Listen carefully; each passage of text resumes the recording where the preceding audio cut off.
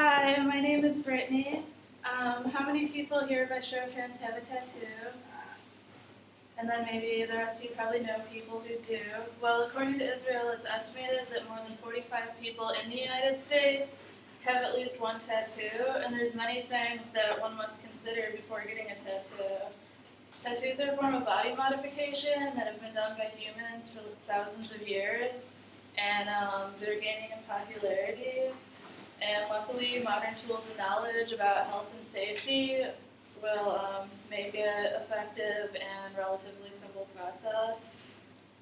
And it's important to know health and safety features about the tattooing process before, during, and after getting a tattoo. So today I'm going to inform you all about what to consider.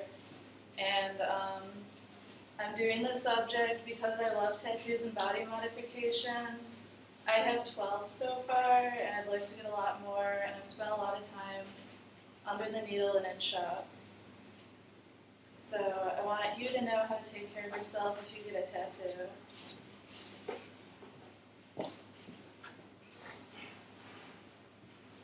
So it's a process that inserts ink into your skin. It carries certain risks, and to minimize risk, follow safety protocol before, after, and during. And what to consider before getting a tattoo. You want to find a clean, reputable shop and artist whose portfolio you like, and the artist should be licensed by the state.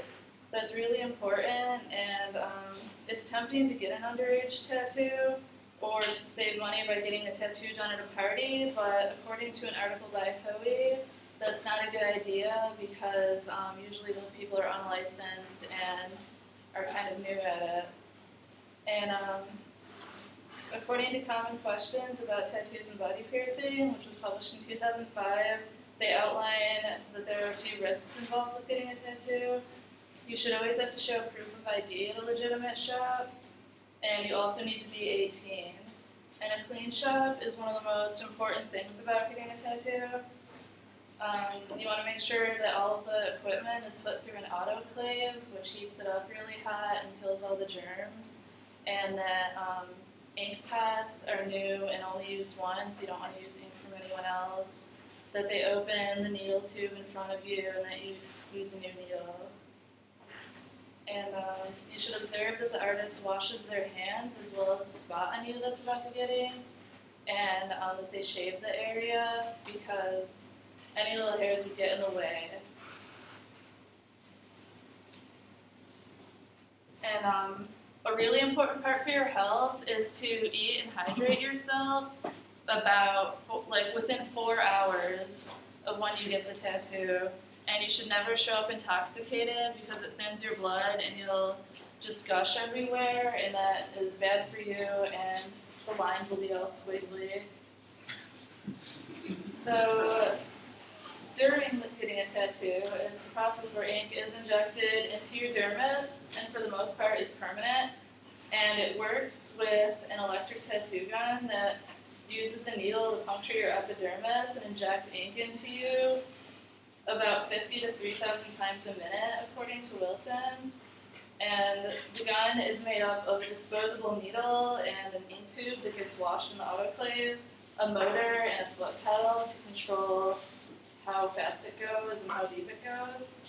Outlining is the first step, and then they use a single-tip thicker needle to put the black in you. And then the next step is shading, and the tattoo is filled out. And then on the subject of pain, it totally varies based on where it's placed and how heavy-handed the artist might be and your own personal threshold for pain. And if you observe health and safety measures, it limits your risk of getting bloodborne diseases, although it is really rare to get hepatitis or HIV from tattoos. So then, aftercare, when the tattoo is complete, the artist will wash it off with a soapy mixture and bandage it and give you instructions on aftercare. And this is like the really important part. It's so important to follow aftercare because your tattoo could get infected and you might have an allergic reaction to ink, so you have to watch it. And so before the Band-Aid's taped on, they smear ointment on you to like protect it, like diaper rash cream or A&D ointment, and it protects it from germs. And then there's no standard time for keeping the Band-Aid on after. Like some artists say an hour, and some say up to 24 hours. Like it totally varies. There's no industry standard, and you should follow what your artist says. And then during the aftercare process, you have to remember that your tattoo is an open wound, so you have to wash it frequently.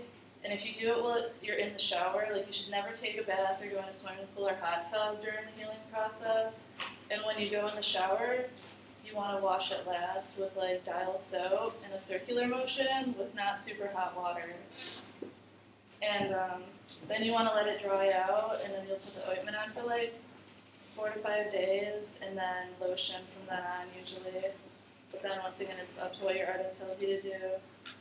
And make sure that you don't itch or pick at it, even though it's going to itch really bad usually, because it would cause harm to you. You would get germs in it, and then your tattoo could get infected. And also when you scratch and pick scabs, you pull ink off of it. And basically, you just want to keep a close watch on it. It's going to take like 2 to 3 weeks to heal, and you can always contact your artist if you have any problems. So in conclusion, if health and safety protocol is followed, getting a tattoo is a really great experience, and you have permanent art on you, and they look awesome, and you can have little to no effect on your health. Thank you.